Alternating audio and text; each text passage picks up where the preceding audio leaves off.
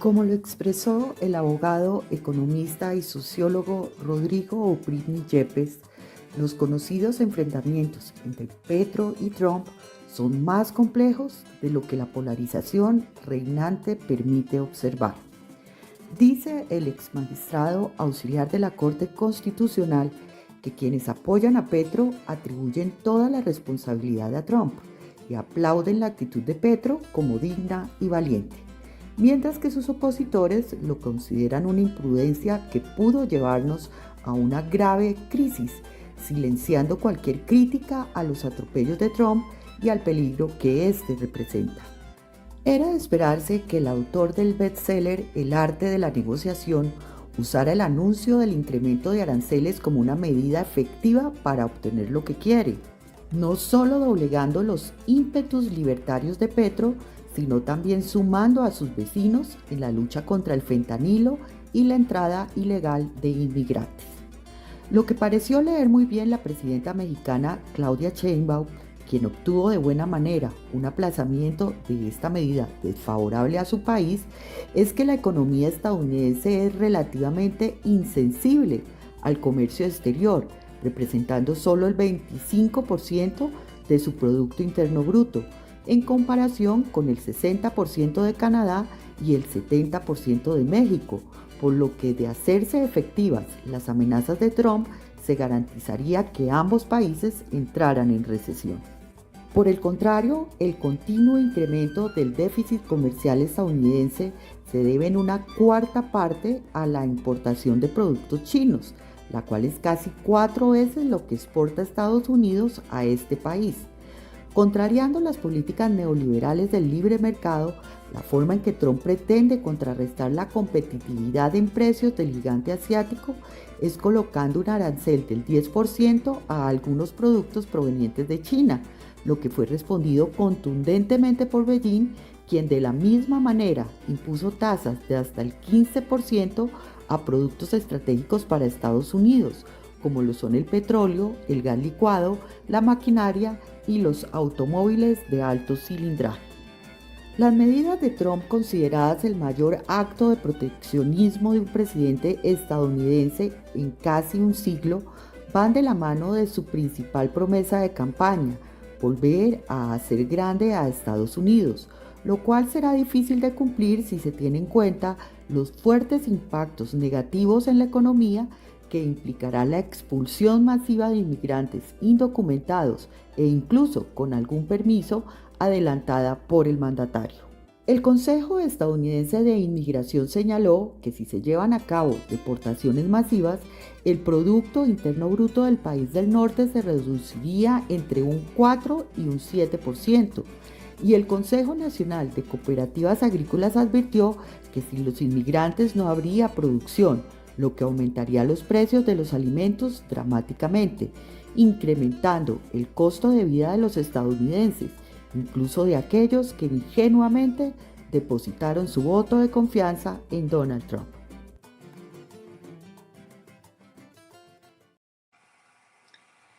Antes de hablar más en detalle sobre este video, a mí me gustaría decir un par de cosas sobre la conversación anterior, sobre todo porque me parece clave para el futuro de Colombia. A mí me parece que el reconocimiento de la diversidad y del potencial que tiene Colombia, tú lo mencionabas ahora, Álvaro, tenemos los pájaros más bonitos, bueno, y otras cosas. Me parece que de ese reconocimiento y de la capacidad que tengamos de potencializar ese valor depende el futuro del país y probablemente también de la región. Ahora, ustedes comentarán sobre eso ahora que tenemos a Trump de presidente. Entonces, fíjate, yo quería contarles algo. Yo pensaba, Álvaro, pensando yo, tratando de explicar por qué en Colombia ha sucedido lo que sucedió, ¿no? De que el desarrollo se concentró en el interior del país. Entonces, entiende uno la geografía, que es más complicada que en otros países de Latinoamérica, pero también yo recuerdo un día estar en Boca Chica, tú debes haber estado ahí, y Boca Chica, con la excepción de, no debería decirlo, pero lo voy a decir, con la excepción de la finca de Vargas Lleras, y otros cuantos es un moridero. Es impresionante ese pueblo. Yo decía, ¿por qué no? Y entonces yo me imaginaba a los españoles llegando en busca del oro con los esclavos, ¿no? Y no encontraron nada en Boca Chica, entonces ellos siguieron, llegaron a Cartagena y se instalaron con sus casas y todo eso, pero tampoco encontraron ahí el oro y se fueron y fueron y fueron y llegaron al interior del país. Parece que tampoco encontraron el oro allá, o por lo menos no todo el que querían, pero ahí se instalaron y ahí se quedaron. Entonces yo me explicaba eso un poco de esa manera, pero pues tú me has ampliado esa visión que yo tenía hablando de estas costumbres tan españolas que se quizás arraigaron más y quizás por el hecho de que en la periferia quedaron los negros y eso, hubo posibilidad de que esa cultura se enriqueciera o diversificara más. Yo no sé, yo quería decir eso ahí. Otra cosa que quería decir es que yo pienso que nos hemos demorado mucho tiempo y es increíble, ¿no? Lo que cuesta superar estas creencias y estas barreras culturales. Tú algo dijiste que yo me acordé de cuando yo estudiaba en Bogotá. Yo fui a la casa de unos amigos y yo tenía un novio y era la casa de los papás del amigo de mi novio, una familia muy distinguida de Bogotá. Y yo me acuerdo que le dijeron a mi novio, ay, pero qué chévere esta novia tuya cartagenera que casi no habla como costeña. Yo no me lo podía creer. O sea, yo no podía creer que una gente que era, me acuerdo que el padrino de uno de los hijos era Andrés Pastrana, el señor era un ginecólogo, no te estoy dando muchos datos, aquí sí me puede sacar en la W. Pero yo no me podía creer que una gente tan educada como esa estaba diciendo, como si nada, sin sonrojarse, como dicen en Twitter, que estaba chévere, que yo era cartagenera y todo, pero que no tenía un acento tan marcado, ¿no? Entonces, pero eso es lo fuertes que son estos prejuicios y estas creencias que quizás también le han ayudado a la geografía a que no llegue por allá donde están todos esos corronchos, ¿no? Fue lo que tú dijiste, que Gabriel García Márquez era muy corroncho. Entonces uno entiende que todo eso haya pasado, pero sobre todo uno lamenta que eso haya pasado por lo que se ha perdido, ¿no? Pero yo creo, y tengo esa esperanza, yo creo que está empezando apenas ahora, y nosotros los costeños también estamos empezando, y sucederá quizás con otros regiones del país, estamos empezando a sentir, probablemente porque tenemos esos Grammys de Shakira para mostrar y el vallenato que se ha internacionalizado y todas esas cosas, a empezar a deshacernos de ese complejo de inferioridad. Y yo creo que es un poco lo que pronosticaba Gabriel García Márquez. Esas eran las dos cosas que yo quería decir antes de hablar de esta cuestión de Trump, cómo va a ser la relación con este personaje, teniendo al personaje que nosotros tenemos, que escribió El Trino, que fue el que en principio nos inspiró este programa, ¿no? En el que le dijo a Trump que lo que pasa es que él no sabía que Colombia era el país de los aurelianos y que él era el último aureliano. Voy a poner la luz, dame un segundito. Sí, ahí yo complemento un poco lo que tú estabas comentando, porque pues yo quería contarle a Álvaro muy cortico antes de darte nuevamente la palabra. Te pasó lo mismo que a mí, yo también tuve que prender la luz. Ya estábamos quedándonos a oscuras. Que nosotros elegimos una canción entre Sarita y yo. Esa es yo creo que es una de las cosas que más nos gusta hacer, ¿no, Sarita? Escoger la canción del programa, porque nos mandamos videos de YouTube y ahí estamos. Intercambiamos gustos, intercambiamos historias, porque también nos recuerdan muchas cosas. Y para este programa escogimos La Diosa Coronada, precisamente un vallenato de Leandro Díaz, quien además podríamos también decir que es un costeño destacado de La Guajira, que a pesar de no poder ver, creo que describía maravillosamente la belleza de la mujer en este caso, ¿no? Y además con sus exageraciones, que son también muy propias como de la literatura de la costa, así es que podemos ya empezar a hablar del género literario, literatura de la costa atlántica, en donde dice, cuando la diosa mueve el caderaje, se pone el rey más engreído y bueno, y la mira con anhelo y gracias le da al cielo. No, yo digo, a cualquier mujer que le dediquen esa canción, yo creo que nos morimos del amor. Entonces, eso solamente para decirte que hay muchas, de verdad, muchas personas de la costa atlántica, muchos costeños, que representan muy bien lo que somos los colombianos, lo que nos mueve las emociones. Y tal vez en su discurso, Gustavo Petro intenta a veces asumir esa dialéctica que él llama, que es traer a colación esas frases, esos personajes, esos sueños y esos encantos que hay en la costa atlántica para poder acercarse a la gente. Y aquí, Álvaro, va mi pregunta, y es ¿por qué puede surgir un personaje como Gustavo Petro? ¿Por qué puede surgir un personaje como Donald Trump?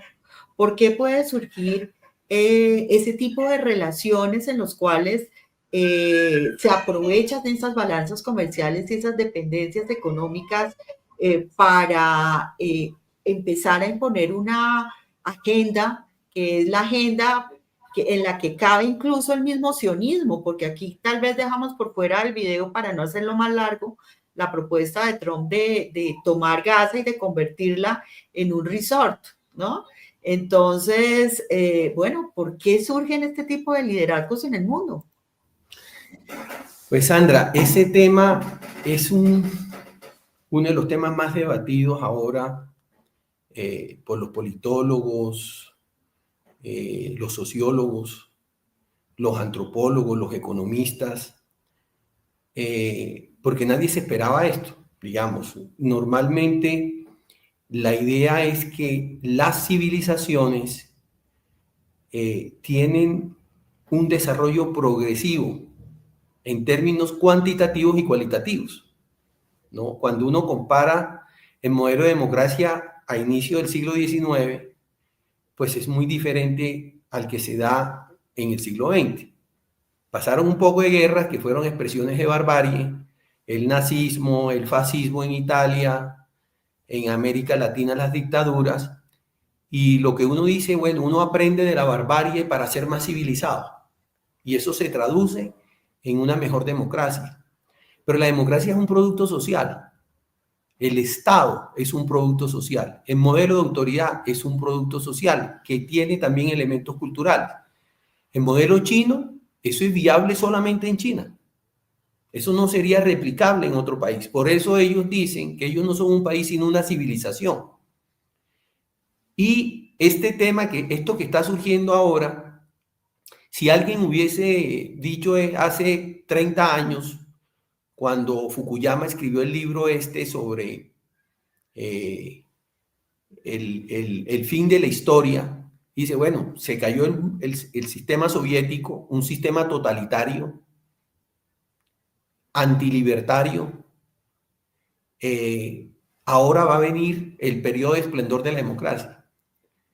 Pero aparecieron otras cosas, ya no fracturas ideológicas, sino culturales. Y recuerden ustedes cómo en la década del 90 empieza a emerger toda esta fractura en términos religiosos, que pensábamos que era algo superado. Eso lo vivió Occidente con el cisma ese entre calvinistas, protestantes, católicos, la emergencia del republicanismo, las guerras religiosas que hubo en España, que hubo en Francia. Y uno dice, eso ya se superó, pero ahora el tema ya no era entre cristianos, sino volvimos al tema de las cruzadas, ¿no? Los musulmanes, los hindúes, los pakistaníes, por otra parte, imagínense los países africanos, donde no se dio lo que se dio en América Latina. En América Latina todos hablamos español. El español es una lengua importante a nivel mundial gracias a nosotros, si no sería una lengua minoritaria para una economía mediana como la de España. Hoy por eso musicalmente, culturalmente, literariamente, el español es tan importante gracias a Latinoamérica. Porque cuando tú llegas a África, allá encuentras un sistema completamente fragmentado, con contradicciones muy fuertes, pero este choque religioso Pues mira tú cómo emerge la extrema derecha ahora en Francia, en Italia, en Alemania. ¿Quién lo diría? ¿No? Hoy en Estados Unidos, parte del voto que logró movilizar y fidelizar Trump es básicamente el voto ese extremadamente religioso que en Estados Unidos, de los países occidentales, el país donde mayor influencia tienen las creencias religiosas en la conformación de las identidades políticas de Estados Unidos. Ahí hicieron una vez un análisis y mostraba que en Europa, estoy hablando de cifras de hace 20 años, se decía que en Europa de 100 habitantes, 20 habitantes en Europa, de cada 100 pertenece a una religión y asiste periódicamente a ceremonias religiosas. En Estados Unidos es más del 50%.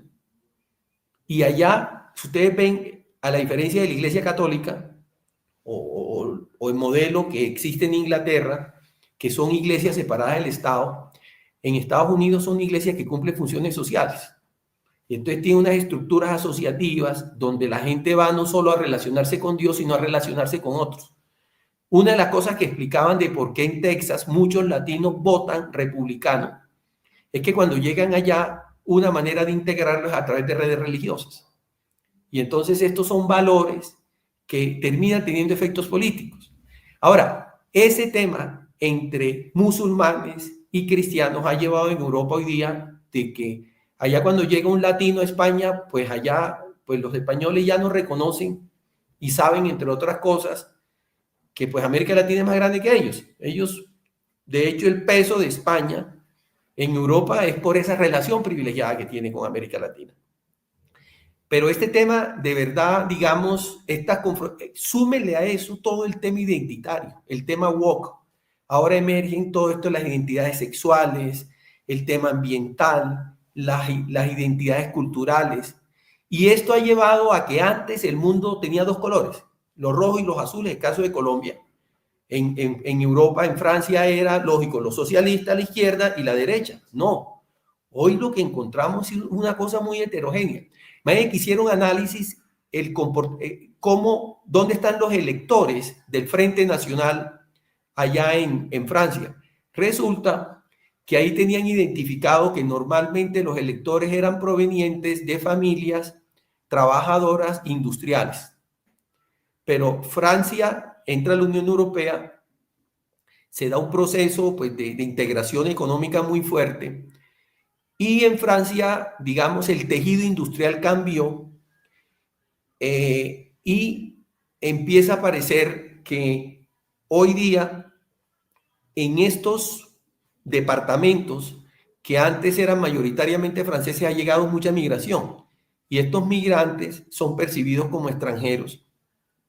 Y como en esas zonas el cambio industrial que se dio, pues la presencia de sindicatos se redujo, la presencia y la importancia de trabajadores formales también, pues hoy básicamente estos creen que los responsables de su catástrofe son los extranjeros que aceptan salarios más bajos para hacer oficios que ellos no quieren.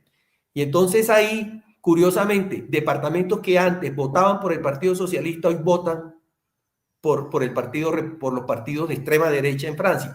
Entonces, en Estados Unidos, digamos, ese tema se está dando. ¿Y qué es lo que está sucediendo? De que antes los políticos, cuando tú tienes izquierda-derecha, el que más posibilidad tenía de ganar era el que ocupara el centro. Por eso se inventó la segunda vuelta. La segunda vuelta la inventaron los franceses en un esquema presidencial. En Estados Unidos no hay segunda vuelta. ¿Y por qué lo hicieron en Francia? Pues Francia tuvo un régimen parlamentario donde había una inestabilidad gubernamental. Cada 6 u 8 meses cambiaban de primer ministro, porque como pasó ahora recientemente en Francia, si la mayoría en el parlamento cambia, el primer ministro te toca renunciar. Entonces allá dijeron, llegó De Gaulle, gana, lo nombran presidente y a través de un referéndum dijo, el presidente se va a elegir por voto directo. Y después estableció la reelección.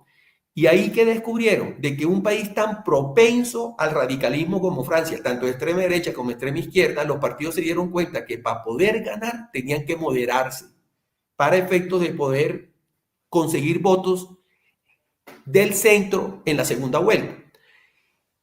Antes, si hubiese sido un régimen de primera vuelta, las posiciones se vuelven antagónicas, porque dice, entre más asuma mis banderas, más posibilidades tengo para ganarle a este. Pero cuando tú sabes que va a haber segunda vuelta, tú tienes que moderar tu posición para que esos que están en el centro terminen votando, inclinando la balanza. Entonces, era un efecto moderador. Hoy lo que se está viendo es que básicamente se está dando un fenómeno mayoritario de extremos. Y ese mayoritario de extremos implica cosas como la de Trump. Si alguien hace 15 años, 10 años, hubiese dicho, Donald Trump va a ser presidente, y dice, este está loco, ¿no? Porque Trump no es un político, es un empresario que tiene unas características muy particulares, no es un gran orador, no tiene un gran conocimiento del Estado, y lo que dicen de él, ¿no? Que tiene unas lógicas para conducir un Estado como si fuera un negocio de rentas de oportunidad. Y es un tema que yo creo es muy complejo, no tanto para Colombia. El mayor interrogante que hay ahora es qué va a pasar con los grandes conflictos con el liderazgo de Trump. No sé si vieron lo que hizo en Gaza, que anunció que de pronto iba a sacar a todos los gazatíes de allá para poner un negocio hotelero. O sea, eso lógicamente, pues ahí mismo los países europeos que siempre han defendido la posición de dos estados, Israel y Palestina, de entrada le dijeron que no. Segundo, el tema de Ucrania. Eso va a ser una cosa muy complicada porque esa guerra lo único que ha beneficiado a Estados Unidos. Estados Unidos no ha puesto un muerto, pero todo el gas y el petróleo que antes Alemania le compraba a los rusos son los norteamericanos los que se lo están vendiendo. El tema de la OTAN. La OTAN tiene el presupuesto de la OTAN, el 80% de esos recursos los ponía Estados Unidos. Y Estados Unidos se quejaba. Pero lo que no decía Estados Unidos es que las 10 empresas más grandes del mundo en producción de armas, 7 de esas empresas son norteamericanas. Entonces, es decir, compraban armas que generaban empleo en Estados Unidos, con un pequeño detalle. Ese complejo militar-industrial es el que ha dado nacimiento a las nuevas tecnologías, los desarrollos industriales más avanzados. Cuando el ejército le compra a alguien un arma, para producir esa arma tiene que hacer un desarrollo tecnológico, pero una vez que produce el arma, ese desarrollo tecnológico termina siendo útil para el mercado. Y eso es apropiado por los privados. El tema de Internet, los computadores, el tema espacial, el tema aéreo, todo eso lo generó el complejo militar industrial, pero después terminó entrando a un mercado de producción de bienes donde quien aprovecha la utilidad que genera ese nuevo producto, no incurrió en los costos de generación de ese producto porque fue gracias al complejo militar industrial. ¿Qué está diciendo Trump ahora? Hace 6 años exigía que los países, todos los países europeos miembros de la OTAN tenían que poner al menos el 2% de su presupuesto para financiar la OTAN. Ya está hablando del 5%. Lo que Trump no ha calculado es que eso en una negociación de corto plazo puede tener esos efectos, pero en Europa es factible que terminen haciendo los europeos su propio complejo militar o industrial. Recuerden lo que pasó con Airbus. Airbus Space, los americanos de los años 60, 70 eran los grandes productores de aviones. Y estos decidieron crear una empresa europea para producir aviones. Hoy, la empresa de construcción de aviones más grande del mundo es Airbus. ¿Dónde podría terminar esto? A que si se da un choque entre Europa y Estados Unidos, pues eso podría generar un problema de inseguridad internacional enorme. O sea, es un tema, no que vaya a haber una guerra entre Europa y Estados Unidos, eso no va a pasar, pero sí un problema en el cual, digamos, ese liderazgo que ha tenido el mundo occidental con los norteamericanos, porque hay que recordar todo el sistema institucional de la posguerra, de la posguerra, después de la Segunda Guerra Mundial, las Naciones Unidas, la Carta de Derechos Humanos, el Pacto de Derechos Civiles y Políticos, la Corte Internacional de Justicia, el Banco Mundial, Fondo Monetario, UNICEF, UNESCO, OMS, todo ese tejido, con la idea de que el sistema internacional podía regirse a través de acuerdos, de tratados, de normas internacionales. Si tú desmontas eso en un mundo globalizado, con altos riesgos ambientales, pues vamos hacia una incertidumbre enorme.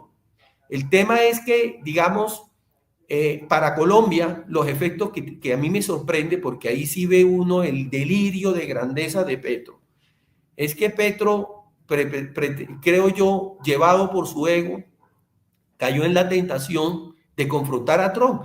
Colombia ha sido un aliado de Estados Unidos, pero es un aliado chiquito.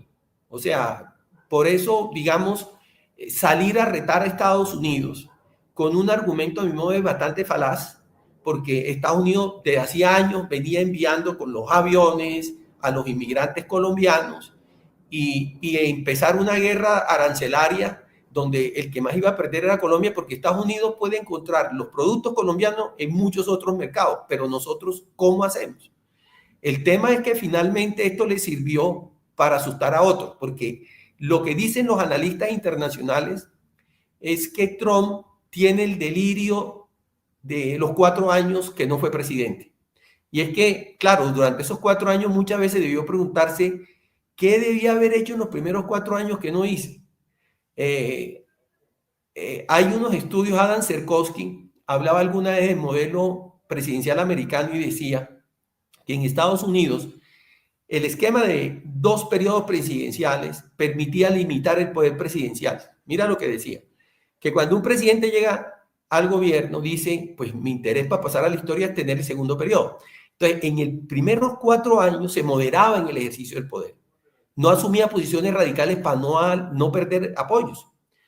Y en el segundo periodo, pues ahí sí tomaba algunas decisiones un poco más audaces. Trump llega 4 años y es muy probable, porque a él se le nota que es un hombre voluntarista. Y el problema del exceso de voluntad es que eso te puede llevar a grandes desastres, ¿no? Y él debió pensar, bueno, yo por qué escuché tanto al Departamento de Estado y entonces por qué en materia de conducción de la política de defensa fui tan tímido. Y debió pensar que entre más duro hable, más posibilidades tiene.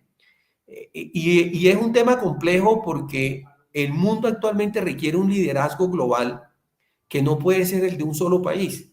Estamos entrando en un sistema donde se requiere construir soluciones muy complejas, y ahí lo que uno esperaría de los jefes de Estado es eso que alguna vez Nietzsche expresó del Estado, que decía que era el más frío de los monstruos fríos. Es decir, no puede gobernarse por emociones, ni por intuiciones, ni por egos, sino cuál es el interés de mi país. Y los norteamericanos, tanto demócratas como republicanos, le dieron fuerza a algo que un teórico americano hablaba del soft power y el hard power. Entonces decía, Estados Unidos es la potencia militar más grande, la potencia económica, es un país que es una isla continental. ¿Qué quiere decir eso? Que no tiene enemigos cercanos. Los europeos, los chinos, los japoneses están rodeados de posibles adversarios. Resulta que Estados Unidos, por eso es un país bendecido, lo que tiene es agua al lado, ¿no? Nunca los norteamericanos han peleado una guerra en su territorio. Y esa ventaja natural que tiene Estados Unidos, decía, le permitía a Estados Unidos tener una influencia basada no solamente en la fuerza, sino en los valores. Y por eso siempre la idea de que era la mejor democracia, la libertad de prensa, las cosas que Estados Unidos, además, cuando tú ves el diseño estatal de Estados Unidos, es un diseño en el cual el abuso de poder es poco factible. ¿Por qué? Un ejemplo. Allá ustedes se dan cuenta que las elecciones allá se hacen cada 2 años. Cada 2 años cambian las mayorías, tanto en el Senado como en la Cámara. Tú tienes una Corte Suprema que es elegida de por vida prácticamente hasta que renuncien. Tiene una gran estabilidad y eso impide que el presidente pueda ejercer presión sobre esos magistrados. Tú tienes un modelo federal donde hay estados pues, que tienen unas amplias autonomías. Y ese modelo, digamos, con una empresa, una prensa libre, independiente, pues ofrece la garantía para que sea una democracia muy sólida.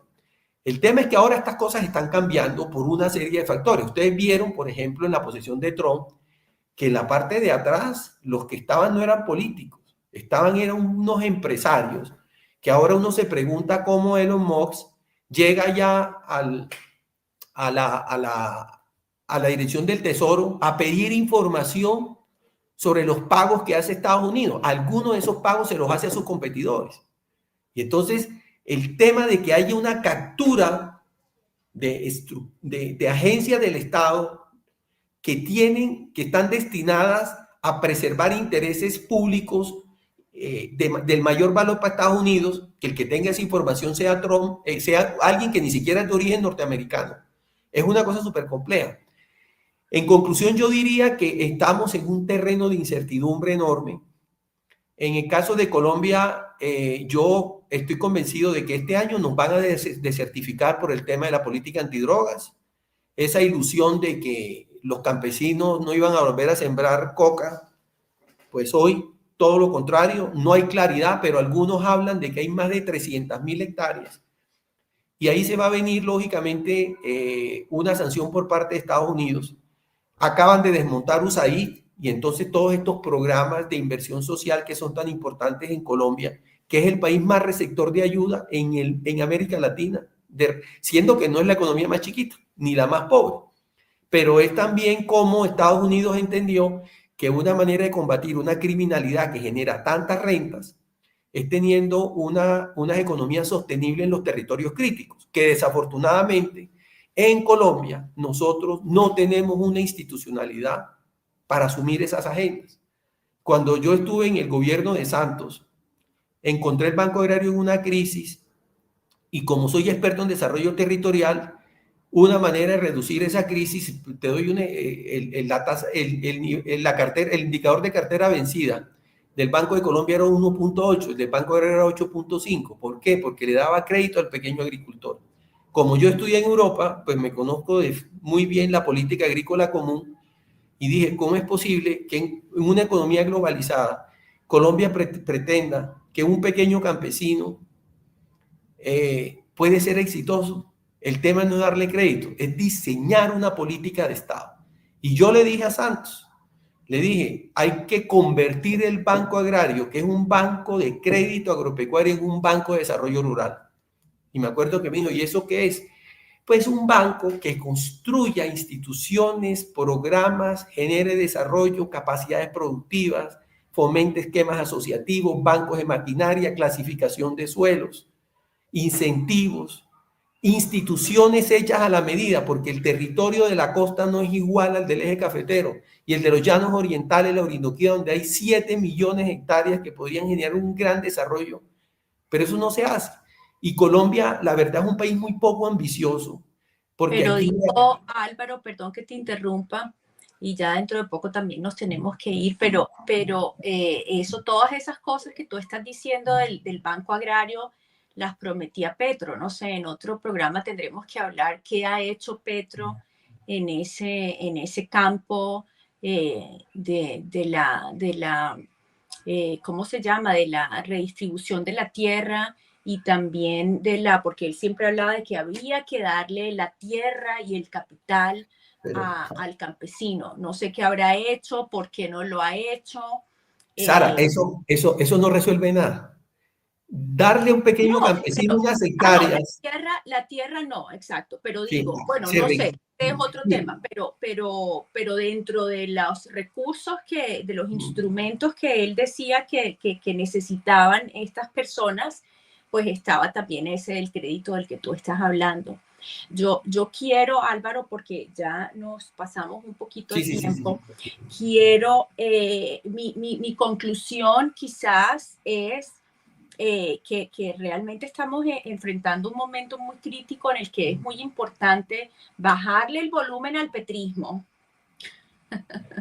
Pero eso hay que ver cómo se logra, bajarle el volumen al petrismo y darle confianza o abrirles los ojos a las personas interesadas por el país, pues que somos todos, ¿no? Pero estoy hablando de las que no sean petristas, porque con eso hay que bajarle el volumen, de la importancia de elegir estos liderazgos. Por ejemplo, tú hablaste de que se necesita un liderazgo que vea a Colombia no como Colombia, sino como un país que hace parte de toda una dinámica mundial dentro de Latinoamérica, pero también del mundo. ¿Cómo lograr eso? yo no sé, nosotras, Sandra y yo, hacemos este programa que después dividimos en 3 partes, que después sacamos clips y que tratamos de distribuirlos a la mayor cantidad de gente posible con la intención de lograr eso. Pero esa es la conclusión que me queda. Sandra, ¿tú qué quieres decir? Bueno, la importancia del desarrollo de las regiones, ¿no? Que ya tendremos que hablar más en detalle contigo, que pues lo conoces. Sí, eso te iba a decir, Sarita, queda uno con muchas ganas de seguir escuchando a Álvaro. La verdad, yo siento que hay una cantidad de temas que no hemos hablado, en los que no hemos profundizado y que es importante empezar a traerlos a la mesa porque se están acercando las próximas elecciones y necesitamos que este próximo presidente, sea quien fuere, ya venga primero que todo con una visión mucho más universal de las cosas. Álvaro, a mí me preocupa muchísimo que ahora se haya ido Trump en contra de la Corte Penal Internacional, que haya quitado los recursos de la Organización Mundial de la Salud, que se haya salido del Comité de Derechos Humanos de la ONU, que básicamente está deslegitimando a todos estos organismos internacionales que han servido de árbitros que, muy bien tú decías, se generan después de la Segunda Guerra Mundial para que aprendamos como humanidad a solucionar los problemas hablando y no llegando a matarnos y a las armas y todo lo demás. Lo otro que me preocupa muchísimo es que la forma de arreglar las cosas es, listo, yo te doy, yo te ayudo, señores Ucrania, pero ustedes me van a dar las tierras en donde se producen esos minerales extraños, especiales, los que tienen que ver con informática, y yo a ustedes también los puedo ayudar, señores de Israel, pero entonces ustedes me dan a gas. Entonces llega un presidente que, como tú también muy bien lo dices, maneja las cosas como si fueran sus propios negocios, ¿no? Y tratando de sacar esa rentabilidad, esa utilidad para Estados Unidos.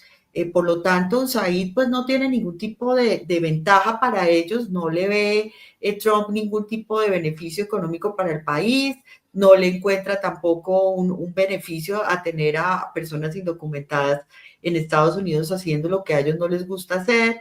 Y bueno, y empezamos a ver que por más de que nosotros queramos levantar la voz como lo hizo, como lo intentó hacer Petro, a quien también, como tú muy bien lo dices, lo cogieron de ejemplo de lo que le pasaría a un país que no se alinee con los intereses de Estados Unidos en cabeza de Trump, pues el problema ahorita es que nos toca aguantarnos porque lo que sí pasó el gobierno anterior es que bajaron nuestras reservas de oro, las convertimos en bonos del Tesoro de los Estados Unidos, renegociamos con el Banco Mundial los créditos. Entonces, pues en este momento, si hay algún país que realmente, por más de que hable de soberanía, en la práctica no la tiene, es Colombia. Entonces, sí nos toca calmarnos. Como dice Sarita, hay que bajarle un poquito al volumen del petrismo y de los temas y tratar de volvernos un poquito más pragmáticos. Y más bien... Aquí una cosa que no quiero que se me pase sin decir, bajarle el volumen al petrismo y abrir los ojos, no sé, creo que no terminé esa idea, porque lo que necesitamos no es un antídoto al petrismo, como nos decía Hablado, que estuvo aquí hace un par de programas, ¿no? Sí, esos antídotos del petrismo también a mí me preocupan, o sea, la situación, cómo es que hay un dicho que la cosa está maluca y en la casa no se sabe y ni con quién mandar decir, o sea... La situación es compleja, es delicada y entonces no podemos estar jugando con esto, sino que nos lo tenemos que tomar en serio. Exacto, Sarita. Y al final, la última cosita que quería decir es que en medio de todo lo que está sucediendo, tenemos que mirar qué es lo que más le conviene al país. Entonces, ahí es donde yo no creo realmente, y quiero pues dejar aquí esto también sobre la mesa para próximos programas, que fortalecer las relaciones con China, quitarle los impuestos para que traigan todos sus productos, yo no sé hasta qué punto pueden afectar la industria nacional. De todas maneras, digamos, lo más dañino es tomar decisiones impulsivas, tomar decisiones con base en doctrinas, alinearnos como comunistas, socialistas, progresistas o no sé qué otros términos, ismos nos hemos inventado en estos días y que todos estemos tirando para el mismo lado. ¿Y el mismo lado cuál es? Es que todas las personas vivan dignamente en Colombia, que todas las personas tengan empleo. ¿Qué hay que hacer para generar empleo? ¿Qué hay que hacer para que la inversión extranjera llegue? ¿Qué hay que hacer para que tengamos empresas? ¿Qué hay que hacer para que también las empresas lleguen a Colombia y aporten? Y, por ejemplo, que no les dejemos, que también lo vimos en otros programas, no les descontemos las regalías de los impuestos de renta, porque esos dineros también nos están haciendo falta, no somos un país rico. ¿Cómo hacemos para que esos recibos de gas no lleguen tan caros? Tantas cosas. Eso es lo que, ¿cómo hacemos para que en el Catatumbo la gente no tenga que huir con lo que tiene puesto, con sus niños, a dormir en unas condiciones indignas, infrahumanas en Cúcuta? Entonces, creo que hay muchas cosas de las cuales tenemos que hablar, de las mismas que no se habló en este Consejo de Ministros, que hubiera sido muy importante que lo hubieran hecho, porque realmente en Colombia estamos enfrentando unos grandes retos que no podemos simplemente mirar para otro lado. Entonces, Álvaro, de nuevo, muchísimas gracias. Nos dejas muy emocionadas, de verdad. No, muy complacido. De todas maneras es cierto, estamos en una coyuntura compleja, pero hay que sacar lecciones de esto, ¿no? Por ejemplo, a mí una de las cosas que más me deja preocupado es que Colombia es un país que tiene una gran asimetría institucional. Tú ves que tenemos un Banco de la República muy técnico, que genera mucha confianza, la Dirección Nacional de Planeación. A mí me gustó mucho ver al director, a Alex, la posición que asumió, pero es parte también la institucionalidad que lo soporta. Tú vas y miras el Ministerio de Hacienda, tenemos instituciones bastante robustas, digamos, en el manejo económico, las superintendencias. Pero, por ejemplo, en materia de relaciones exteriores, seguimos teniendo un ministerio muy débil. Y Colombia ya no es el país chiquito que tiene que tener, digamos, tener gente bien calificada y con la experiencia para conducir la política exterior del país, la política comercial. También yo creo que tenemos unas fallas por las asimetrías territoriales tan grandes. Hoy el gasto público en Colombia se concentra en las grandes ciudades, pero ustedes ven cómo se están construyendo metros, trenes de cercanía, infraestructura urbana, proyectos de hábitat, los proyectos de vivienda de interés social que adelantó en el gobierno de Santos, Germán Vargas Lleras, se concentraron en grandes ciudades porque las terminaron haciendo grandes constructoras, que era una buena escogencia. Pero vamos al territorio y allá lo que encontramos son unas cosas de pobreza muy grandes. Entonces hay que pensar también una institucionalidad que entienda el territorio. Eso no lo tenemos. Acá en Colombia se dan cuenta ustedes cómo el diálogo es entre gobernantes territoriales y el nivel nacional es tan complejo. Ahora se aprobó la reforma de las transferencias, pero la gran pregunta que nos hacemos muchos es, ¿tendrán los departamentos y los municipios, algunos sí lo tienen, la capacidad institucional para administrar bien esos recursos? Entonces ahí vienen dudas. Y yo lo que creo es que desafortunadamente la política en Colombia se llenó de adjetivos y no de sustantivos. Se llenó de calificativos y no de propuestas, no de visiones de país, sino de rechazos. Y eso sí es muy complejo, porque yo creo que la sociedad está demandando un cambio y tiene todo el derecho de hacerlo, porque hay una insatisfacción muy grande con los políticos, porque hay una insuficiencia de políticas. Y ese debate no lo hemos dado. Por eso yo creo que uno de los retos más importantes para el país es que hoy no tengamos simplemente aventuras individuales de gobierno como la que tuvo Duque, como la que tuvo Petro, sino que aquí, digamos, los futuros presidentes, los futuros gobernantes, alcaldes, gobernadores, sean la expresión de equipos que tengan una visión de desarrollo. Y eso no se da. Entonces es un reto enorme y yo creo que de todas maneras, esta es una gran nación resiliente, ¿me entiendes? O sea, Colombia en medio de las mayores dificultades siempre saca lo mejor de sí, porque a nosotros no nos han regalado nada. Y no hay que ver los memes que han hecho del Consejo de Ministros. Sí. Y son cosas, mira tú, incluso uno a veces piensa también, yo fui bastante optimista cuando, siendo que tenía una enorme desconfianza porque Petro no tenía ninguna experiencia en gobierno nacional, no, había sido alcalde y parlamentario, opositor siempre. Y yo decía, bueno, ojalá que este arme un buen equipo. Y cuando tú miras, los ministros que nombró eran competentes, con pequeñas excepciones, pero no supo conducirlos. Y él tampoco sabía para dónde los llevaba, ¿no? Por ahí me encontré... Gente buena también. Yo en ese gabinete, a mí me gustaron varios. Sí, claro. Algunos no Mira, los conocía. tener, por ejemplo, a Alejandro Gaviria, tener a Cecilia López, tener a Ocampo, y ahí ha habido varios ministros bastante competentes, pero él no los escucha. Uno de los comentarios que hay es que por ahí Juan Gabriel Gómez, que es un gran amigo mío, les voy a mandar la columna que escribió, él decía que este error citaba a un ex primer ministro de Dinamarca, que un día convocó una reunión donde fueron otros jefes de Estado allá de Europa y había un periodista ahí. Él era el único que sabía que estaba el periodista. Entonces todos estos empezaron a hablar de manera muy espontánea, el periodista lo hizo público y eso se volvió un problema súper complicado. Parece que Petro utilizó la misma técnica. Los ministros no sabían que eso lo iban a transmitir. Lo que pasa es que eso se le salió de control, ¿ves? Y al final lo que pone en evidencia es que el presidente no tiene claridad técnica de su rol como jefe de gobierno y jefe de Estado. Y lo que hace es, digamos, son respuestas discursivas a problemas que requieren soluciones. Tú puedes tener un equipo técnico. Yo siempre he defendido mucho. Pues yo trabajé en el gobierno de Santos, trabajé también en el gobierno de Samper en unos temas técnicos, estructurando las concesiones férreas y trabajé también apoyando a Carlos Vicente de Ruth para hacer la defensa de Colombia ante Naciones Unidas y OEA por los temas de derechos humanos. Y el gobierno de Santos, de Pastrana, llegué, Juan Camilo Restrepo me nombró superintendente delegado de emisores en medio de la crisis financiera. Y yo la memoria que tengo es que en esos 4 años, que eso fue un montón de crisis, Pastrana tenía muy claro que su éxito dependía de que sus ministros hicieran bien su tarea.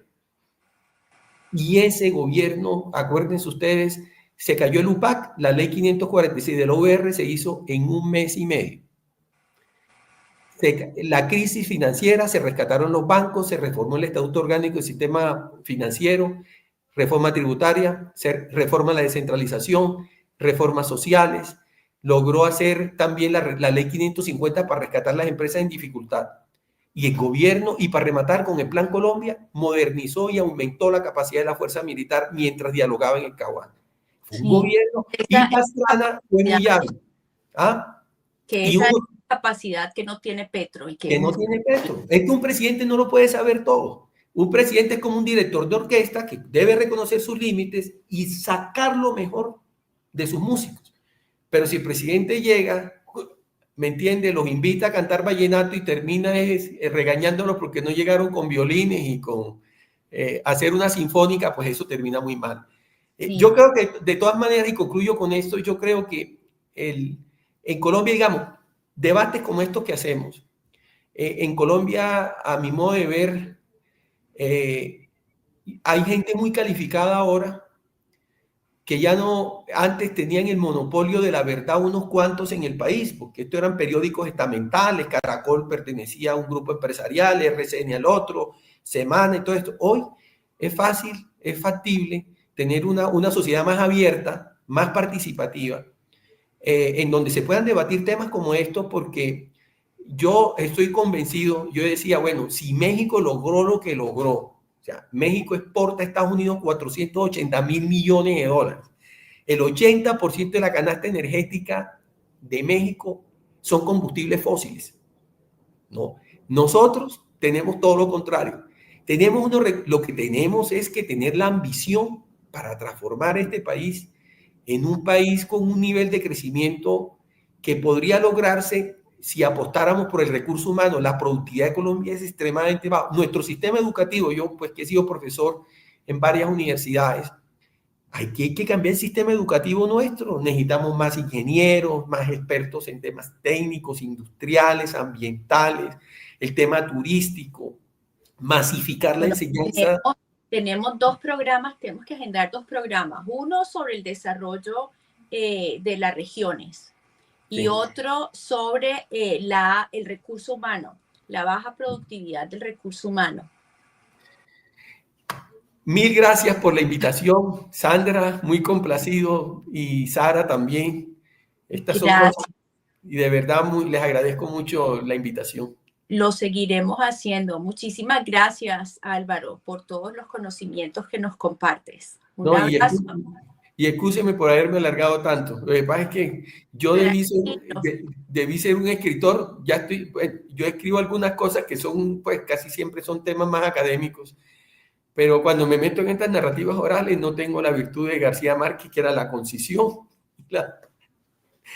y expresar, digamos, con una economía del lenguaje ideas complejas, porque esos libros de García Márquez, qué cosa tan maravillosa. Pero bueno, muy complacido, Sandra. Sara. Gracias, Muchas Álvaro. gracias, Un abrazo, Álvaro. buenas noches. Feliz fin de Gracias. semana. Que estés muy Igual para bien. ustedes.